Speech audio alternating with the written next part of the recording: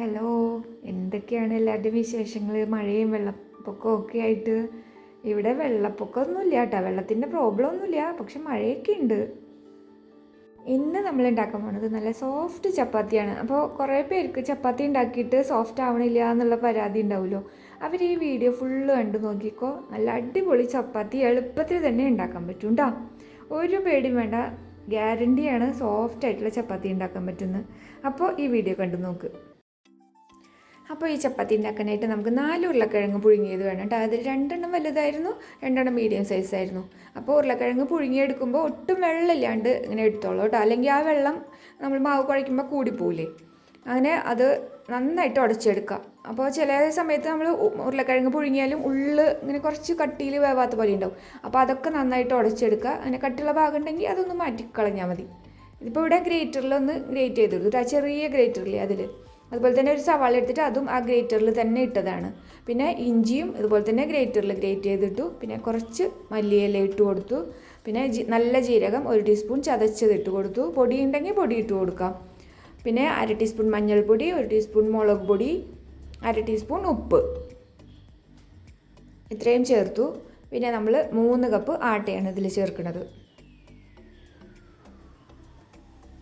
അപ്പോൾ ഈ 3 കപ്പ് ആട്ടയിലേക്ക് ഈ 4 ഉരുളക്കിഴങ്ങ് പുഴുങ്ങിയത് കറക്റ്റ് പാകമാണ് കേട്ടോ.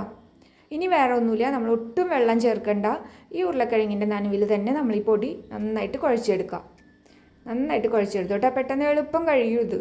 വെള്ളമൊന്നും വേണ്ടി വരില്ല കേട്ടോ, ഒട്ടും വെള്ളം ചേർക്കണ്ട. അപ്പോൾ പിന്നെ ആകെ കുഴഞ്ഞ് നമുക്ക് ഇത് പരത്താൻ പറ്റില്ല. ഇത് ഉരുളക്കിഴങ്ങ് കൊണ്ട് കുഴക്കണ കാരണം നല്ല സോഫ്റ്റായിട്ടിരിക്കും.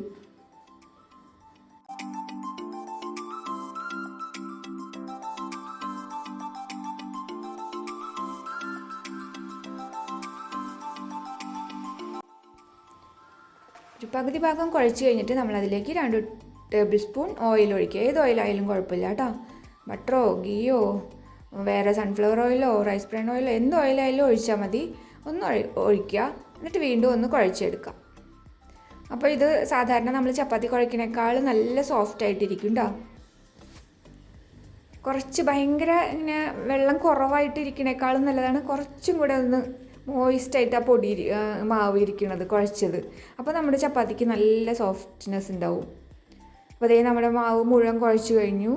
ഇനി അതിൽ കുറച്ച് കയ്യിൽ ഓയിലാക്കിയിട്ട് ഒന്ന് തടവി കൊടുക്കുക. ഇനി അതവിടെ മൂടി വെച്ചിട്ട് ഒരു 15 മിനിറ്റ് കഴിഞ്ഞിട്ട് എടുത്താൽ മതി കേട്ടോ.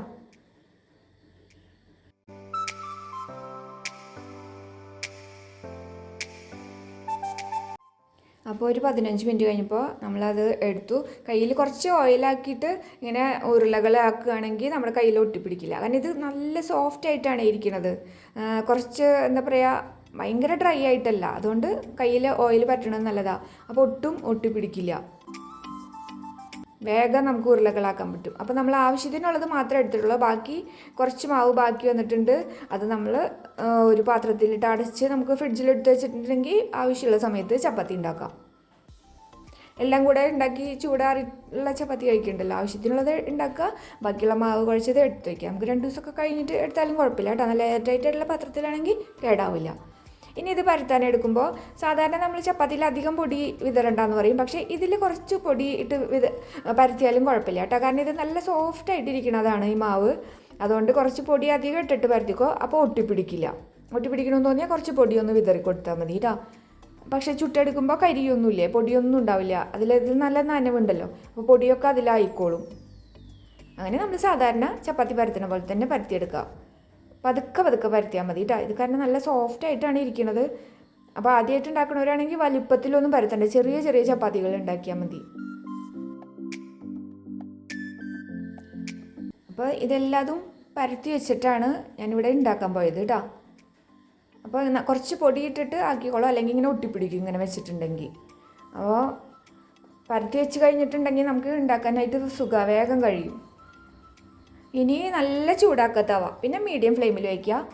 പെട്ടെന്ന് തിരിച്ചു മറിച്ചിട്ടോളൂ കേട്ടോ, അല്ലെങ്കിൽ ഒരു സൈഡ് ഇങ്ങനെ ഹാർഡായി പോവും. ചപ്പാത്തി ഉണ്ടാക്കണ കുറേ വീഡിയോസ് ഇട്ടിട്ടുണ്ട്, അത് നോക്കിയാൽ മനസ്സിലാവും കേട്ടോ. ഇതിലിനി പ്രത്യേകിച്ച് പിന്നെ പറയാത്തത് അതുകൊണ്ടാണ്. കുറേ വീഡിയോസ് ഇട്ടിട്ടുണ്ട് നല്ല സോഫ്റ്റ് ചപ്പാത്തിയുടെ, പലതരം ചപ്പാത്തികളുടെ ഉണ്ടാക്കിയിട്ടുണ്ട് കേട്ടോ. അത് ആവശ്യമുള്ളവർ കയറി നോക്കിയാൽ മതി. അപ്പോൾ കണ്ടില്ലേ, മീഡിയം ഫ്ലെയിമിലാണ് വെച്ചത്. ഇതിങ്ങനെ പതുക്കനെ ഒന്ന് തിരിച്ച് പെട്ടെന്ന് തിരിച്ച് മറിച്ചിട്ടോ കേട്ടോ ഓരോ സൈഡ് ഇങ്ങനെ. ഇതിപ്പോൾ ഇങ്ങനെ ഫുള്ളായിട്ട് ഇങ്ങനെ പൊന്തി വന്നില്ലെങ്കിലും പൊള്ളച്ച് വന്നില്ലെങ്കിലും ഈ ചപ്പാത്തി നല്ല സോഫ്റ്റ് തന്നെയാണ് കേട്ടോ. പൊള്ളച്ച് വന്നാലും വന്നില്ലെങ്കിലും ഇത് നല്ല സോഫ്റ്റാണ് ഇങ്ങനെ ചെയ്യുമ്പോൾ.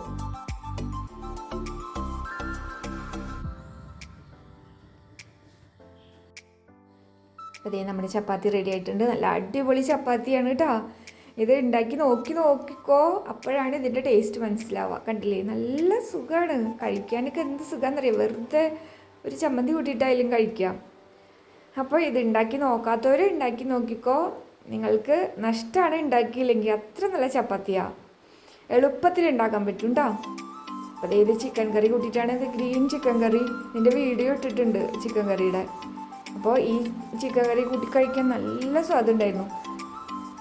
ചിക്കൻ കറിയുടെ വീഡിയോ കാണാത്തവരൊന്ന് കണ്ടു നോക്കിക്കോട്ടെ. നല്ല എളുപ്പത്തിൽ ഉണ്ടാക്കാൻ പറ്റുന്ന, അധികം മസാലയൊന്നും ഇല്ലാത്ത ചിക്കൻ കറിയാണ്. വീഡിയോ ഇഷ്ടപ്പെട്ടെങ്കിൽ ലൈക്ക് ചെയ്യുക, കമൻറ്റ് ചെയ്യുക, സബ്സ്ക്രൈബ് ചെയ്യുക.